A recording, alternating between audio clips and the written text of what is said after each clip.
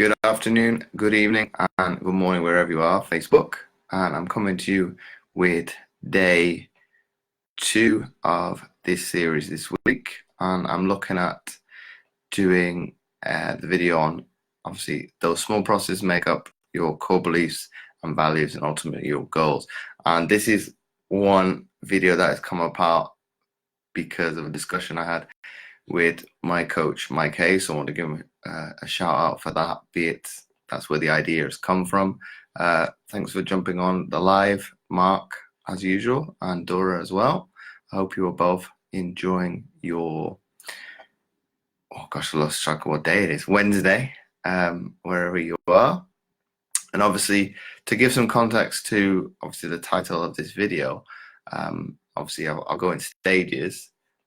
I think people do gloss over the fact of don't make a big deal about the small marginal gains that they can make, be it within anything within life, not necessarily related to be it fitness, nutrition, or mindset. And obviously, I can make that very more poignant from an athletic perspective because I talk about it all the time. We make them no big deal about it because it's a passion, it's dedication. I have to do it whether I like it or not.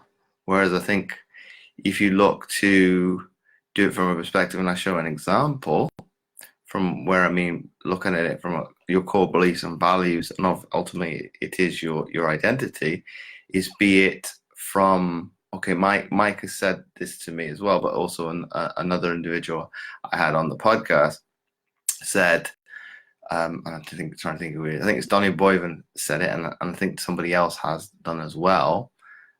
If you say from a perspective of, from a sporting analogy now, that go out there and let me wind you up and kind of get you enraged to get the best out of you.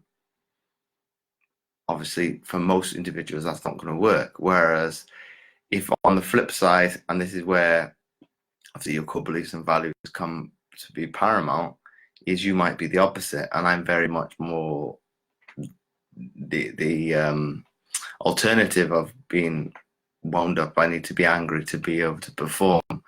I'm very much easygoing, quite somebody that stays under the radar perspective. I know most people probably relate to that, and I think when you relate that to be it within the realms of be it fitness and nutrition, and you start to compare to somebody else's results and achievements, you're kind of going off the beaten path and kind of going off the track in terms of what's going to work for you, because now you're in a competitive environment. Okay, it's going to work for a competitive individual and an athletic. I'll say an athlete and somebody who's athletically minded. That'll probably get the best out of them. But for the majority of people, that probably won't work. That kind of mindset. Okay, if you don't agree with that statement, do put that in the comments, and I'd love to hear your opinions on that. If you don't agree, that's fine. But I see that as a stumbling block for most people because they're getting sidetracked of be it narrowly minded focus. And I have said from time to time, you need to be zoned in, but that's a different perspective, because being zoned in and focused on the outcome to keep you on the straight and narrow is one thing, but being, I'll call it blindsided, it's not the right word, and you are kind of have this tunnel vision where you're going out on an outward trajectory is a bad thing, because this is where elements of self-doubt will come in. You're going to start criticizing yourself for not getting the same results.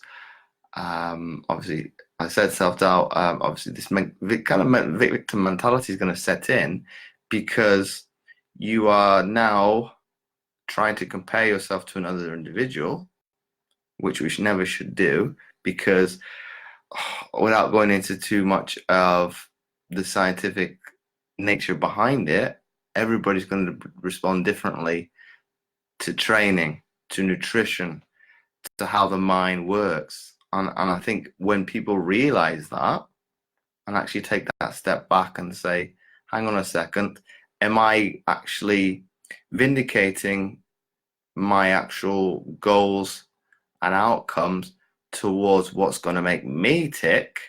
And this is where your core beliefs and values are very paramount. And obviously your identity is going to be very much associated to that, and you're okay with that. I think you're going to see the better results because you are able to bring this narrow-minded focus back to be it, I'll call it like a bullet, like a target on a wall perspective, be it archery, shooting. You've got that narrow-minded focus to come from being like this to now, bang, that's my result.